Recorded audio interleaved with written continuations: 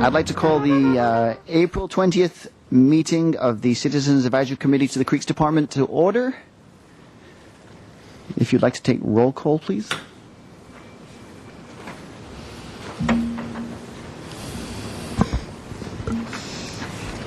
Mr. Moldaver? Here. Mr. Bullock? Here. Mr. Smith? Miss French? Here. Miss Lomas? Here. And Miss Weber? Here. Thank you. Thank you very much. Item 3 on the agenda is to approve the minutes from the February 16th, 2011 meeting. Move to accept as submitted. Do I have a second? Second. All right. Minutes accepted. And then, are there any adjustments to the agenda? No. All right. I'd like to let people know that the applications to join the Creeks Committee are available, and the deadline to apply is May 16th. And you can get the application on the internet through the Creeks Department website, I believe. Or call the Creeks Department and they'll tell you how to get there. Are there any members of the public that would like to make any comments? Mr. Chairman, I have a question about the announcement. Is it true that the mayor and the city administrator are going to draw a name of one of the applicants on May 16th for a free round trip to Kauai as an incentive to go after one of the most coveted seats in public service? No, Mr. Chair. And Mr. Moldaver, that's not true. But, the applications are actually available on the city's website and go to the clerk, the city clerk's homepage. The applications are very simple. It's a one-page application, and then subsequent to that, there are scheduled dates to come in for a brief interview with the city council. Those are in the middle of May, and if anyone has any questions, you can feel free to call the Creeks Division at 897-2658. Thank you, Cameron. Must be April 20th. Are there any members of the public that would like to comment on anything not on the agenda? Nope. Okay. Moving on to number 6. Committee member and staff communications. I've one from the city clerk, and I imagine Mr. Benson was going to mention it anyway. Later this month, the city's having their annual training for boards, commission, and committee members on Brown Act, conflict of interest, city process and policy, and any questions that come through the city attorney's office. And I think it's at the Faulkner Gallery at 4:30 in the afternoon, and the mayor will introduce. And if you've never done that, or if you just want to get updated, because with the courts and the legislature, even laws you think you know are always being amended and updated, it's a really worthwhile hour and a half or 2 hours, and you get to meet your colleagues on other boards and commissions.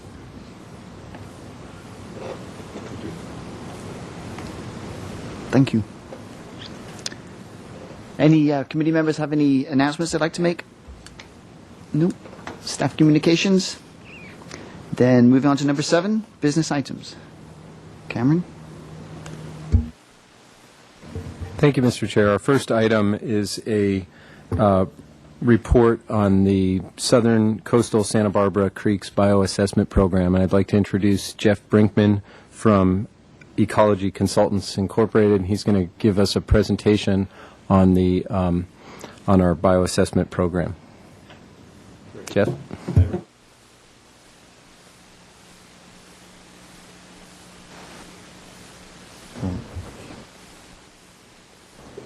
There we go. Okay, so thanks, Cameron, for the introduction. Again, I'm Jeff Brinkman, Ecology Consultants, and I've been the city's consultant on the bioassessment program for about 11 years here now. This is a picture of Mission Creek at Rocky Nook. So the purpose of the bioassessment program, just to kind of go over some of the main points here, it's basically a long-term program to look at the health of our creek ecosystems in the city. and also within the county of Santa Barbara, also along our south coast. So it is a cooperative effort between the city and county. And it also, as far as the long-term monitoring, that's allowing us to see how things are changing with respect to human development, if there are changes in our human development patterns, and also natural variability, things like climate, rainfall, stream flows, those kind of things. Wildfires, which can either be obviously human or natural caused, can have big impacts on our creeks. It can also allow us, because we have established monitoring sites that we look at year after year, so it can allow us to detect any changes, potential sources of creek degradation that might be going on, maybe a new development project or a new source of water pollution or that kind of thing. Can help us detect those type of problems. And then on the flip side of that, it can also help us evaluate the restoration efforts that are underway. The city has taken on and the county has worked on as well over the years by looking at specific sites where we either have a restoration project there or upstream in the watershed. It allows us to evaluate the benefits of those. As I mentioned, we've been doing this for 11 years, so we started in 2000. This will actually be our 12th year this year in 2011. And some of you might be wondering what exactly is bioassessment, and basically that's looking at the biota, so what's actually inhabiting the stream, as an indication of the health of that ecosystem.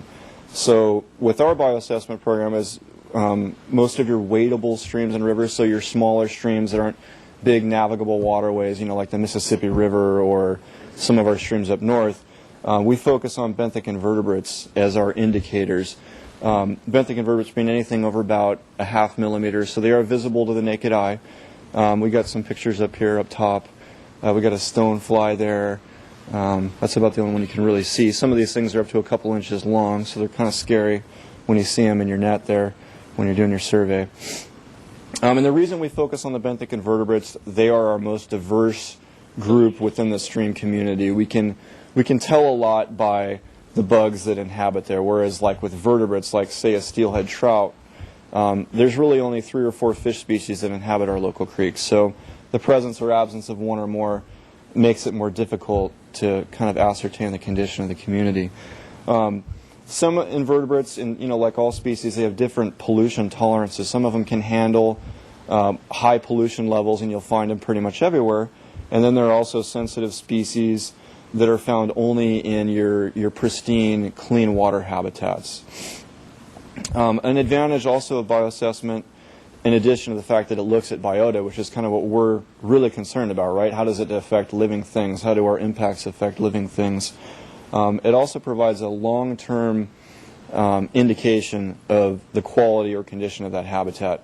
Whereas if you go out and just do water quality sampling, it's going to give you a snapshot. What are the chemical properties of the water at that particular moment? Whereas this integrates all of your habitat conditions over a long period of time. So that's kind of why bioassessment is used. Throughout our work, we've developed something known as an index of biotic integrity. We've taken all of our data that we've collected over 11 years at over 200 sites, and we've scaled our invertebrate community. What are our conditions that we have at our really highly impacted sites, like Mission Creek through the urban area here, or some of our channelized creeks in the area. And then we've looked at streams, our pristine mountain tributaries and maybe some streams out on the Gaviota coast that have less impacts. What are the conditions there? And we've created a scale, and we've looked at different metrics of the invertebrate community. And by a core metric in that second bullet point there, the IBI is a composite of these 7 core metrics. Those are things like aquatic insect diversity, the number of aquatic insect families. That's obviously the more diverse your habitat, the more diverse your community, usually you have better habitat conditions, and that's something that we've shown through statistical analysis, really highly significant changes in these 7 core metrics. I don't want to go into what they all are, it's kind of complicated. But basically we take these 7 core metrics that have been shown through rigorous statistical analysis to be very highly related to the level of human disturbance at the creeks, and we've combined them into a score from 0 to 70.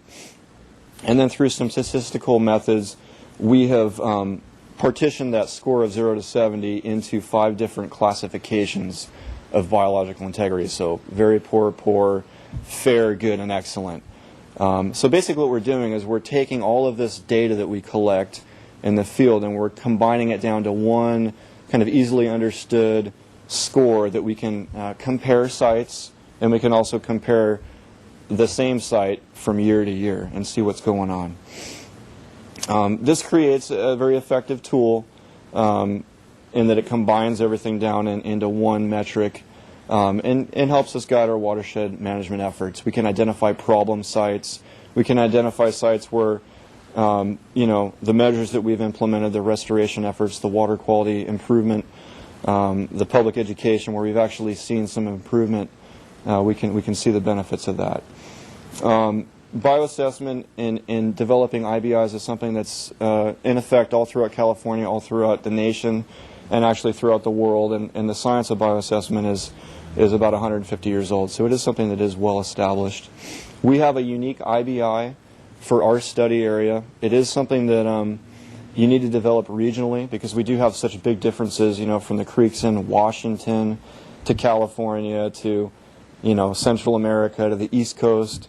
It's something that we have to customize to our region.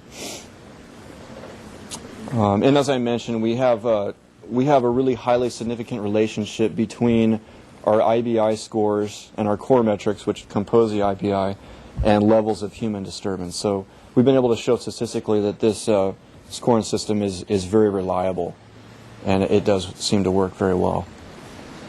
Our study area is basically the southern face of the Santa Ynez Mountains, from Gaviota Creek at the west all the way to Rincon Creek, which is, as many of you know, right on the Santa Barbara-Ventura County border.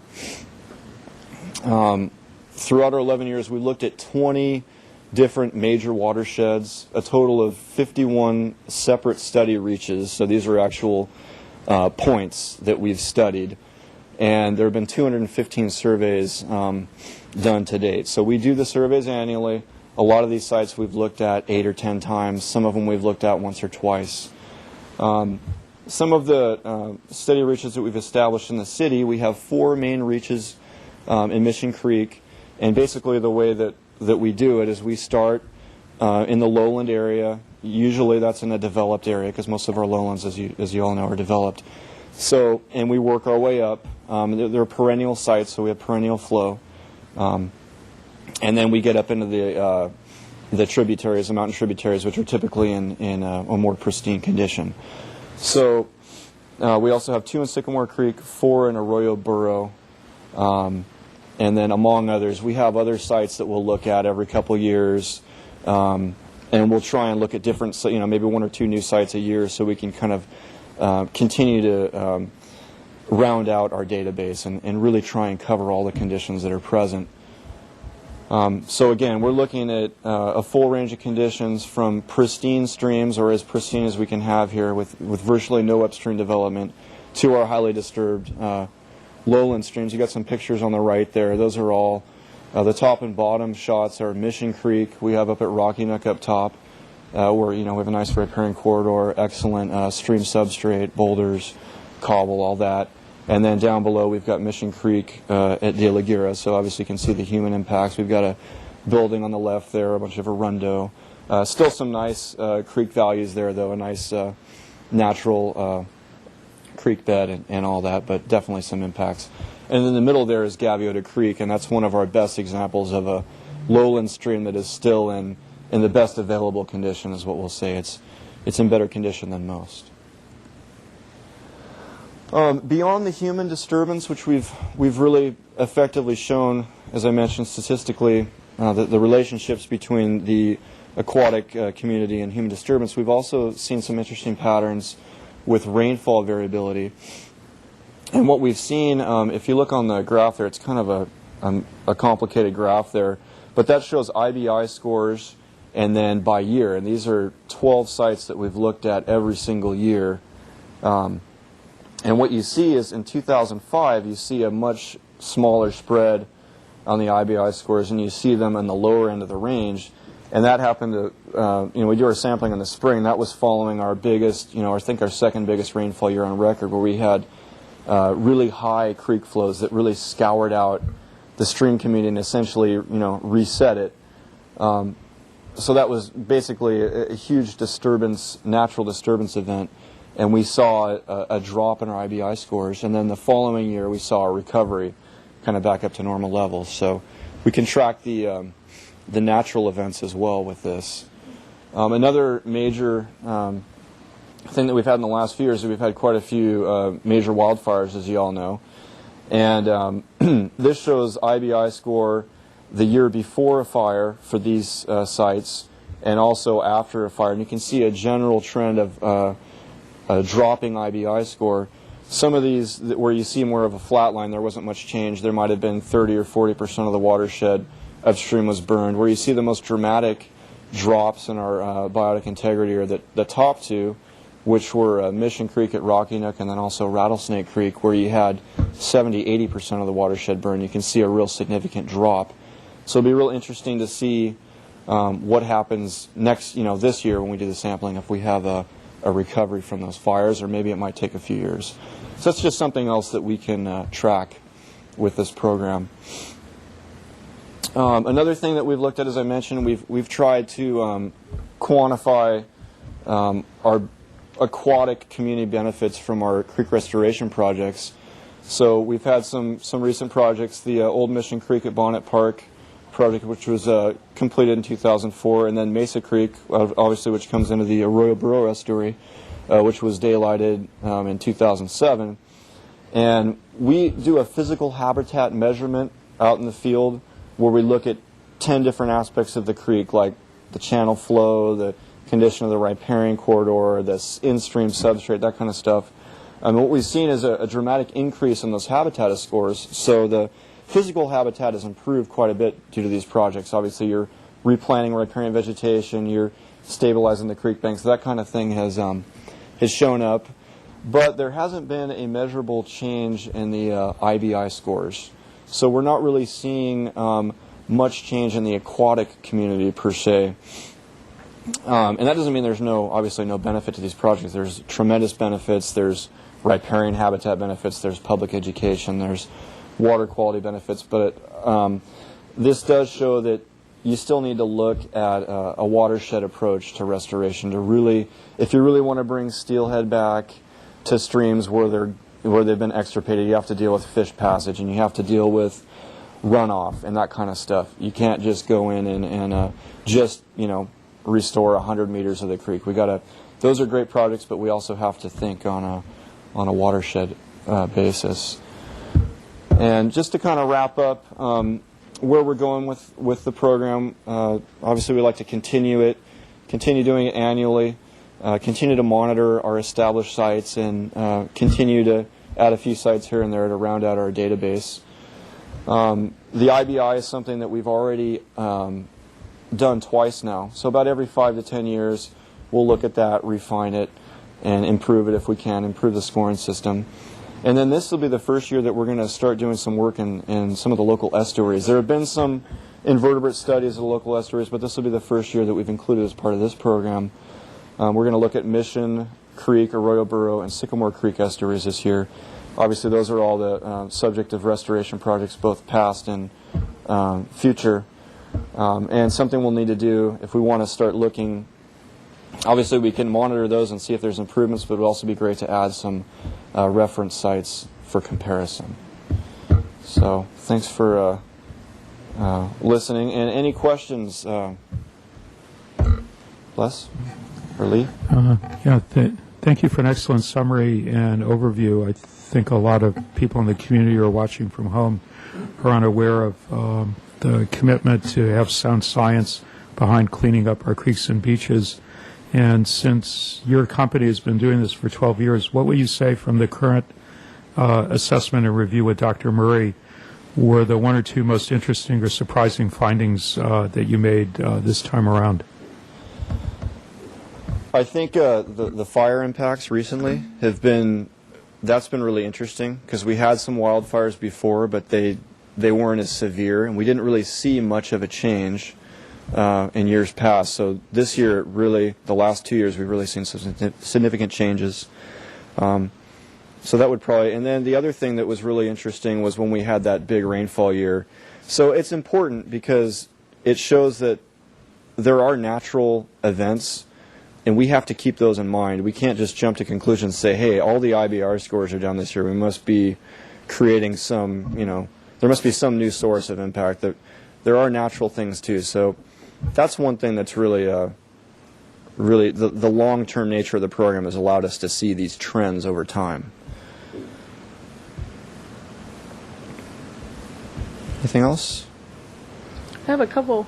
Were you allowed access to all the creeks? You said from, it looked like Gaviota east.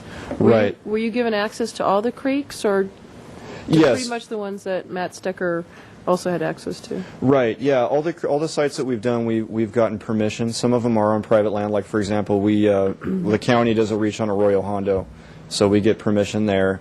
At Gaviota State Park, we've had to go and get a separate permit from the state parks to do that. And then a lot of them are, on public land as well. Are there any creeks that you did not test? Yeah, there's numerous creeks that we haven't tested. We typically look at between the city and county over the years. We've looked at about 20 to 25 sites altogether, and there's probably 30 to 40 separate watersheds or major streams along the south coast there. So. And were all these perennial, or did you have seasonal or episodic? These are all perennial streams. I mean, except for maybe the worst drought years. We've had a few of our sites have gone dry one year or the other. Not any of the city sites, but some of the sites we've looked at over the years. But we really try and stick with the perennial sites. With the seasonal sites, you're not going to have the same diversity. You're not going to have the time for the community to develop and whatnot. So you got to kind of separate those out. Thank you. Sure.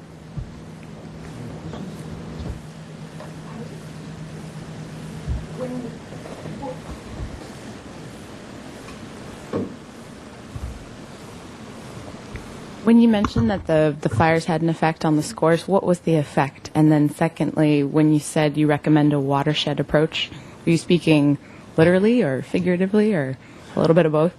Well, when the fires, the impact from the fires, when you have a almost complete burn like some of our watersheds have, obviously you lose your vegetation, you get a huge influx of sediment into the stream, and that's probably the biggest impact. There's definitely chemistry changes, all of that burned material coming in can change your water chemistry. You're basically suffocating all of the good substrate with fine sediments, and you're filling in pools, you're covering riffle segments, so you're taking a lot of the habitat away from the inverters. Plus you have this huge flushing effect, We had some pretty significant rainfall after most recent fires, so it just kind of washes everything out, and the community has to restart, and those sediments have to gradually find their way out of the stream with subsequent peak flows. And then your second question, as far as the watershed approach, obviously we have a lot of limitations with what we can do with urban streams. We can't restore the entire watershed to a natural habitat. That's, as we all know, not going to happen. But what I mean by that is you've got to try and think about everything that you can do. Like, for example, the storm drain system dealing with urban runoff is a huge problem. And it's something that it's so diffuse, it's very difficult to do, but there are things, that the city's done and that other municipalities have done, like stormwater filtration systems, educational programs, some of the illicit discharge detection. That whole framework has been established. So that's kind of more what I'm referring to, just doing what we can on a watershed basis rather than just focusing on the creek channel itself.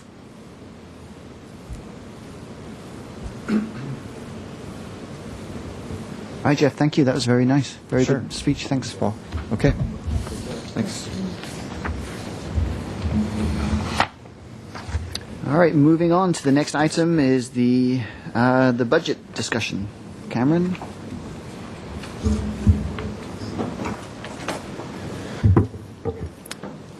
Thank you, Mr. Chair. Good evening, and thanks, committee members. This evening I'm going to be presenting the fiscal year 2012 and 2013 budgets for the Creeks Division. And for those of you who have been around a while, you know we go through this process every year. Tonight I'm going to be presenting a 2-year budget. The last couple of years, that's the city's normal process to do a 2-year budget at a time. The last couple of years, because of economic uncertainty, particularly involving revenues and revenue forecasting, we've just done 1-year budget, but we're moving back to 2 years. So again, I'll be doing FY12 and 13 together tonight. So I wanted to start out by talking a little bit about the budget process. We started with our budget subcommittee with a meeting in January, talking about some general ideas and kind of some of the big picture items that we will be looking at this year. And the subcommittee met again in March. The entire city budget was presented by the finance director and the city administrator to city council yesterday. And so you're one of the first committees to focus in on our division's budget after that. So we're having this presentation tonight. Next week, next Wednesday, we'll be at the Parks and Recreation Commission presenting the Creeks Division budget as part of the overall Parks and Recreation departmental budget. And then we will be at City Council presenting the Creeks Division budget again as part of the Parks and Recreation budget on May 9th.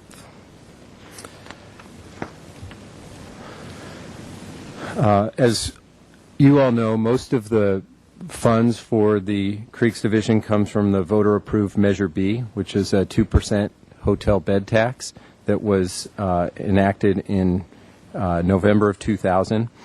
That money is placed into a special fund, and the fund is restricted for uses that are now part of the municipal code, including stormwater and surface water quality improvements, creek restoration, and outreach to affect both of those objectives.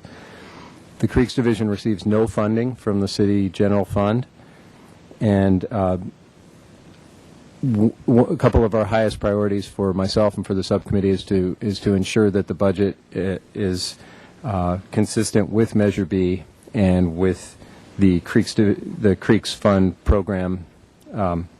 The Creeks Program funding guidelines, which were originally adopted by this committee in 2003 and approved by City Council, and then readopted by this committee in January of 2010. Okay, so we'll get into the numbers. I'm going to start out with the revenues. Our FY 2012 revenue projections, which we get from the Finance Department, and I'm going to use the I'm going to talk about them as the Measure B, the TOT funds plus interest income, are up for 2012 by $387,000. That's a 16% increase from the budget that was adopted for the current fiscal year, FY11. And like the current year's budget, and as we discussed at our capital improvement program meeting last November, and at the subcommittee meetings, we're going to be proposing to transfer funds in from our unappropriated reserve to pay for some of our capital program. As you can see, the amount that we're transferring in from reserve drops significantly in FY12 from the current year. The current year budget required a $1.7 million transfer from reserves, mostly to pay for a large capital program this year. Next year, that amount's going to drop to $634,000.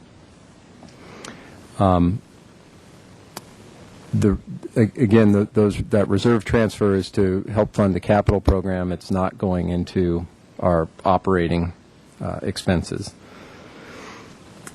And then the last thing I wanted to note here is although we've been very successful historically at securing grant funds for our projects and programs, we never anticipate those grant funds as part of our revenue projections for the year. So you don't see any line item for FY12 or 13 for grant revenue. Moving on to the expenditure side, The proposed FY12 and 13 budgets are substantially similar to FY11, with one notable exception. If you look at the line item second from the bottom, the capital program, you can see that the amount that we're proposing to transfer for our capital program has dropped by $675,000 between the current fiscal year and for FY12. And again, this reflects the numbers and the projects and programs that the committee reviewed and approved back in November 2010 as part of the Creeks Division's 6-year capital improvement program. Two other things that I wanted to note on this slide before moving on are that the salaries and benefits line item up at the top, particularly the fiscal year 2013, that number gets a little higher. I put an asterisk there because that number does not include any concessions from the city's bargaining units that are included in the FY11 and FY12 numbers. So I think depending on what the revenue projections look like and hold and what the city council does going forward and the various bargaining units, that number could come down pretty substantially. And just to give you an idea, in the FY11, the concessions from the various bargaining units led to a $45,000 savings. In FY12, they're looking at a $51,000 savings. So that's the kind of number that could drop by. Also, in the transfers out line, about the middle of the page, that is it's not clear what transfers out means. That is an amount that we transfer out to other departments within the city. Most of the number there is street sweeping program and the Measure B contribution to that program, which is approximately, oh gosh, I don't have the number, $185,000 for FY12. The $200,000 in the middle of the table there for FY12 includes that street sweeping transfer, but also a new transfer for the Creeks Division, which is about $14,000 for the Creeks Division's proportional share of a new financial management system that the city is going to be paying for over the next 3 years. So we're looking at about $14,000 over the next each of the next 3 years for that to purchase that system. And then, as you can see, all of the other items remain substantially identical to FY11.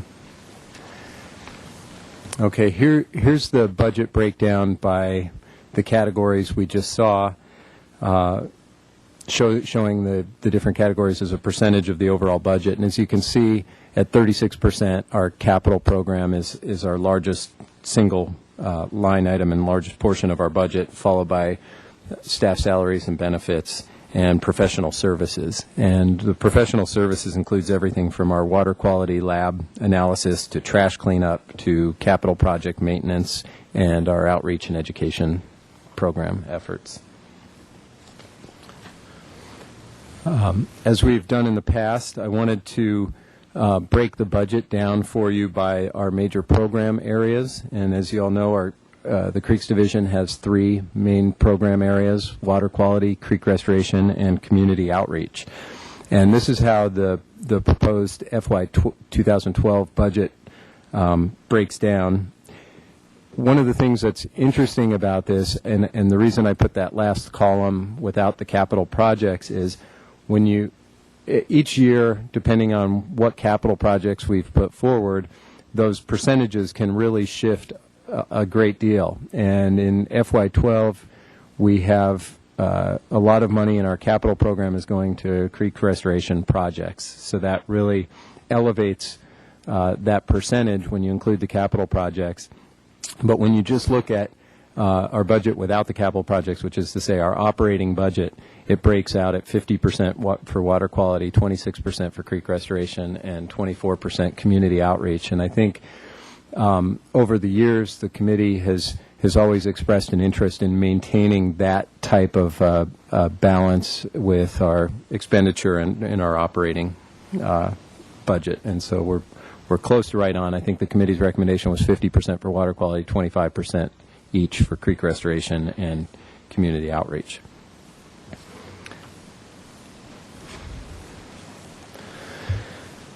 And this chart breaks the expenditures down into the three main program areas and then further breaks them down into capital versus operating expenditures in each area. And again, you can see that in FY12, we happen to have a large amount, that dark green area, going into creek restoration capital projects. And that, like I said, affects the percentages a lot in the overall budget. So there are a few highlights in the proposed 2012 budget that I wanted to point out. And first, as I noted earlier, the good news is the Finance Department is forecasting a $407,000 increase in Measure B revenues, and that's partially offset by lower interest rates that we're getting on the funds that we have not spent yet. But it's still a very significant improvement, and it seems like we've turned a corner. The last few years, we've watched that number go down, and now it's coming back up. Second, our capital improvement program is significantly lower, $675,000 lower than it was in the FY11 budget. Third, the creek restoration project maintenance budget will be going up a little bit from our FY11 budget. We're looking at a $25,000 net increase. And the reason for that is we just finished 2 new creek restoration projects, one at Upper Las Positas Creek and one in Mission Creek at Oak Park. And unlike a lot of public works projects, which require more maintenance over time, and you see those maintenance budgets go up, what we see with our creek restoration project budgets is they're expensive those first few years while we're getting plants established, and most of it is paying people to be in there weeding. But over time, once those native plants establish, we not only turn off the water, we can remove the irrigation system. The plants are healthy and thriving, and they outcompete the weeds, and so our costs go down over time. So we expect that to happen with these projects. And I said that was a net number because some of our other restoration projects actually have less funding for ongoing maintenance than we've had in the past. And then, as I mentioned, we have a new line item this year for replacement of this city's financial management system. This was something, the Creeks Division being a small division within the city, our proportionate share of that is $14,000 a year. The larger departments have a much larger contribution to that system. And then lastly, as I mentioned, we're proposing to transfer $634,000 from the Creeks Fund Unappropriated Reserve to fund a portion of the capital improvement program, about half of the capital improvement program. And again, this is significantly lower than the $1.7 million that we transferred from the unappropriated reserves in the current fiscal year. And I'm going to get into a little more detail about the reserves and what how healthy that looks in just a moment. So we're proposing to continue with our water quality monitoring and research in FY12, and at the exact same funding levels we are at FY11. And we have several other continuing programs that are funded at similar levels to FY11, give or take maybe $5,000, including creek and beach cleanups and waste management, and several of our outreach programs, our youth watershed education program, our electronic and print advertising, and then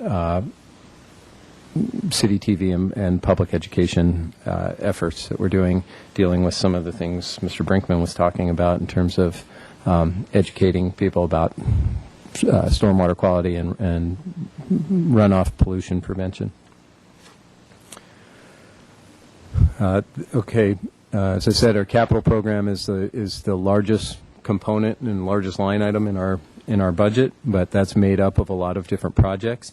And this is a table listing the capital improvement projects that the committee identified at our November meeting, which are included in the proposed FY12 and FY13 budgets. I know we've gone through all these before, but I wanted to just highlight a few of the projects on the list. First, up at the top, the Mission Creek Restoration at Oak Park project. We haven't started the design work for this project yet, but the project's likely to include additional restoration of the creek downstream from the project we just completed at the Talent Road Bridge. The funds will be used for design and permitting and construction, and also for, hopefully, for grant match funds. We were very successful securing grants for the project at Talent Road Bridge, and we're going to continue those efforts as we move downstream there. Second, the second one on the list is the stormwater treatment retrofit projects, and those are intended to provide examples of how to deal with really complicated and difficult situations with regard to runoff pollution, like parking lots and streets and driveways and sidewalks. And so we're working with Public Works Engineering. We all took a trip out last month during our meeting to Mackenzie Park, where we're just completing our final design for a parking lot retrofit project out there. And we plan to be in construction for that project in the second half of August. We think it's going to take about 2 weeks, and so we've got a little window of time in between Fiesta and baseball, and we're going to try to get that project in the ground. And then third, the Laguna Channel and Mission Lagoon Restoration Project, which is number 4 on the list. We're currently preparing a request for proposals for preliminary design and feasibility analysis for that project, and we expect the RFP to go out next month and to begin our technical analysis and preliminary design work this summer. And we, for that project, I wanted to let you all know we do have a grant application pending for that project that would fund quite a bit of the design and construction if we're successful with that. But we're going to continue to seek out grant opportunities for that. And then lastly, as you can see, the capital improvement program identifies a little bit higher number for fiscal year 2013, about $100,000 in additional funding for the capital program, and you can see it funds some different projects. Okay, so this is the update on the Creeks Division Unappropriated Reserve Fund. The purpose of the unappropriated reserves, as defined by this committee, has been to use them for capital projects, for grant matches, and for revenue shortfalls during lean economic times. In the past, this committee has recommended not necessarily a dollar amount, but a rough figure based on the cost of constructing 2 large-size restoration-type projects. And so in the past, we've used the cost of our Arroyo Burro estuary restoration, which was $1.5 million. So we've used approximately a $3 million figure as our targeted reserve balance. As you can see, we finished FY10 at $4.2 million, which was somewhat higher than what we had anticipated that number being, and that was because we received a significant grant for the Upper Las Positas Creek project that we didn't expect to get, which was great. We did transfer quite a bit of money out in our FY11 budget for the capital program. We purchased a property on Lower Arroyo Burro Creek last year, and that cost $505,000. That came out of the reserve. If you all recall back when we talked about our capital improvement program in November, we have 2 projects in our capital improvement program, and those are the 2 that are named in about the middle row of the table. The West Figueroa stormwater treatment project and the San Pascual drain project. I'll start with the San Pascual drain first. It's easier to explain. We had set aside money over the last 2 years for a project because our DNA testing in the San Pascual drain showed fairly consistent hits of human waste getting into that storm drain, human genetic markers in that drain. We did some work upstream. We talked to some of the neighbors upstream. We've been very vigilant around the outfall of that pipe to make sure that people aren't hanging out and using that area.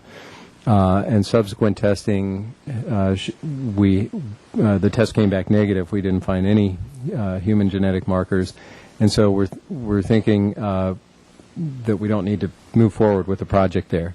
So there's a $100,000 balance in that project, and what we talked about during our capital program, and I wanted to bring up to you now, is we're recommending to put that money back into the reserves now since we're not using it.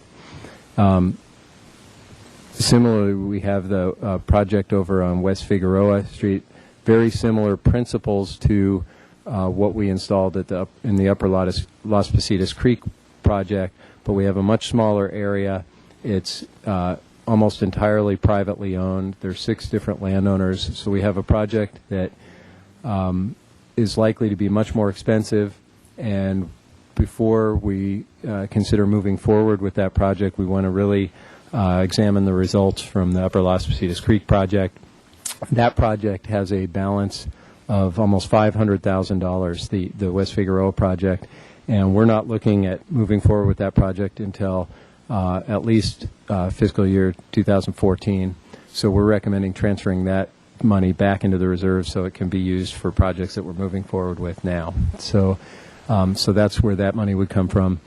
We're projecting a $385,000 savings in our FY11 operating budget, and some of those were programmatic changes. For example, we had budgeted $60,000 to redesign and update the city or the Creeks Division's website. Once we got to the point where we had actually bid and we were just about to hire a contractor, the city administrator's office wanted to look at updating the entire city's website, and so we've held that back, and there are a couple of examples like that, and then other operating efficiencies that we've been able to achieve, so we have some savings there. And then the budget will come back down because we're proposing to transfer $634,000 from our reserves into for our capital program in this year's budget. So our projected reserve balance at the end of fiscal year 2012 is the $3 million that the committee has as its target. What I wanted to let you know about is that's at the end of FY12. We have right now projected that we will need to transfer $750,000 in our fiscal year 2013 budget, $750,000 in the fiscal year 2013 budget over to cover our capital costs, which would bring that down to $2,250,000.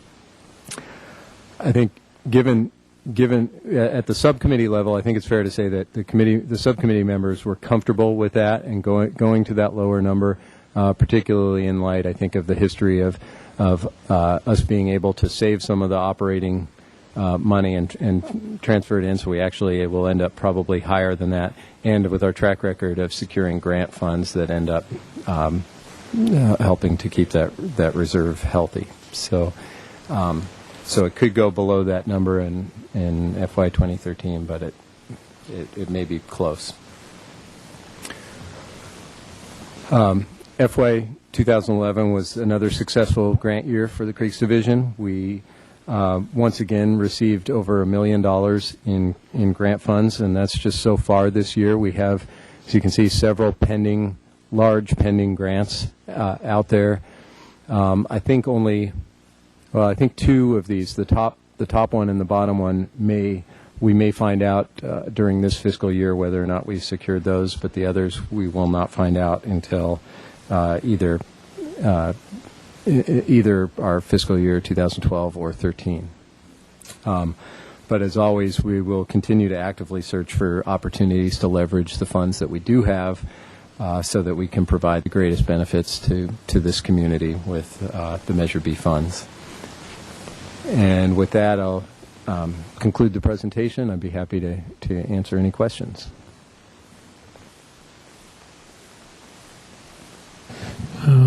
Thank you, Mr. Benson. More of a couple of brief comments rather than a question.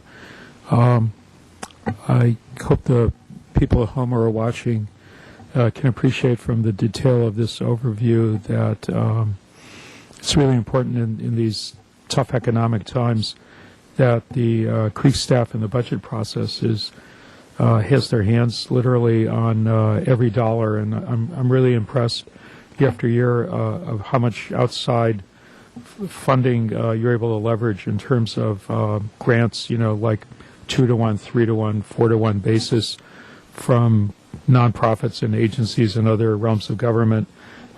Number two, I think it's not just leveraging outside money. I was at an event yesterday, and the CEO of the Horny Toad Sportswear Company was giving a talk, and he specifically mentioned how valuable he and his employees thought that their volunteering for the habitat restoration on Mission Creek and Oak Park, what an enjoyable experience it was for them. And so I think that you're leveraging business and community partnerships as well as outside agency dollars. So, I want to make sure everyone in the community knows that every dollar of the Measure B funds are being very, very, very carefully managed, which is why, like every other part of the city, we've gone into the reserves the last couple of years to make sure that quality management continues.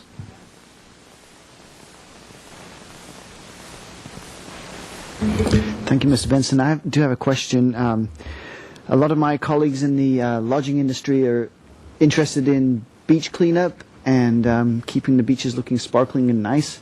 And under the continuing programs, you mentioned that there's creek cleanup and beach cleanup. Could you discuss the increases in funding for the beach cleanup and what the beach cleanup consists of that we're currently doing? Sure. Thank you, Mr. Chair. Over the last 4 years, we have substantially increased funding in our budget for that type of cleanup, both in the creeks, which ultimately ends up on the beaches, and on the beaches themselves and the lagoon areas on the beaches. I think that I don't have it with me. I think if you look back to our 2008 budget, we were spending almost half of what we do now on that type of cleanup. So we've gone from $60,000 annually to $120,000 annually. We find that we've been spending just short of that. So in an attempt to try to tighten that up and get right on the number that we need, I'm recommending taking that down $5,000. So it's at $115,000 proposed for each of the next 2 years. We take it, and it's really unbelievable to think about what gets thrown into the creeks or blows into the creeks, and the number in 2010 is just staggering. We took 55 tons, 110,000 pounds of trash and garbage out of the creeks and off the beaches. We're just about to, as you all know, we're just about to finish a project where we've installed storm drain screens over all of the catch basin openings throughout the city. And as you're driving around, you can see you can see how much that's keeping out of them. Almost everywhere you drive, even surprisingly in residential neighborhoods, you'll see plastic cups and plastic bottles and cans and bags and all kinds of things up against those screens. And so as the street sweeper goes by, or even residents, we've had residents call us and say, I can go out there and pick this stuff up, where before I would see it get into the bottom of that catch basin and I couldn't reach it. There was nothing I could do. So we're hoping that's going to help a great deal. And then lastly, with regard to the beaches specifically, the Parks Department does beach grooming and raking up in the dry sand. We focus on the water quality aspects and the wet areas. So we do fairly extensive biweekly cleanings of the lagoon areas, and then at the request of some members of the hotel or the lodging industry, we started a pilot program last summer or late spring, just before Memorial Day weekend, where we wanted to see how much trash we would pick up if we sent crews down to hand pick up trash off of the water line. And so we started with an area that was from Laguna Creek, where the outfall is there, up to the point at Ledbetter. And so once a week we have a crew go out and they walk the beach, and I was shocked to find how much trash they find. Their average is over 500 pounds each day they go out of trash, and that's not necessarily things that have come off of the city of Santa Barbara or washed down our creeks. This is marine debris that's coming from other places and washing up on our beaches, and so we set that up as a 3-month pilot program. We were surprised to find out how much trash we found, and so we've kept that program going year-round, and we'll continue to do that over the next couple of years. So, long answer to a short question. Sorry. No, thank you. That was very interesting. Anyone else have any other questions? Lee? I would like to move that the committee accept the 2012 and 13 budget proposal and recommend them to the Parks and Recreation Commission and the City Council for formal adoption. Is there a second to that? I second that. So moved.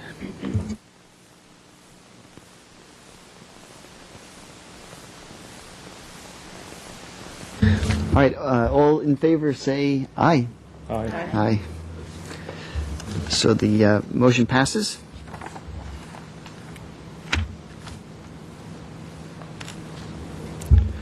Are there any further discussion items or questions that any of the members have? I'm sorry, Mr. Benson. I just got a lot of questions today. The upcoming, I think it's the end of May, San Diego conference From the Mountains to the Sea, that's co-sponsored between the State Resources Agency and the State Water Agency. Since it's down in San Diego rather than Sacramento, was your program planning on sending anyone? We have a very limited budget for travel and for conferences, and the city has a very restrictive policy right now because of economic conditions on any travel. We do, our staff does present some things at conferences. I don't think we're going to that conference this year. I've been to that once in the past. We tend to focus on conferences either where it's a grant requirement for a grant we have to come and report out at a conference, and usually the funds for that are part of the grant we received.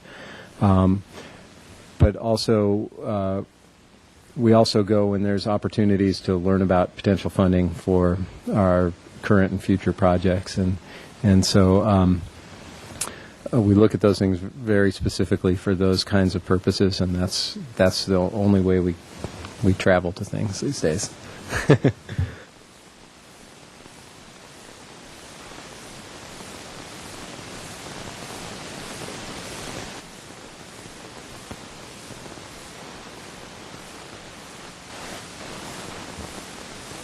All right, all those in favor of adjournment say aye, please. Aye. Thank you.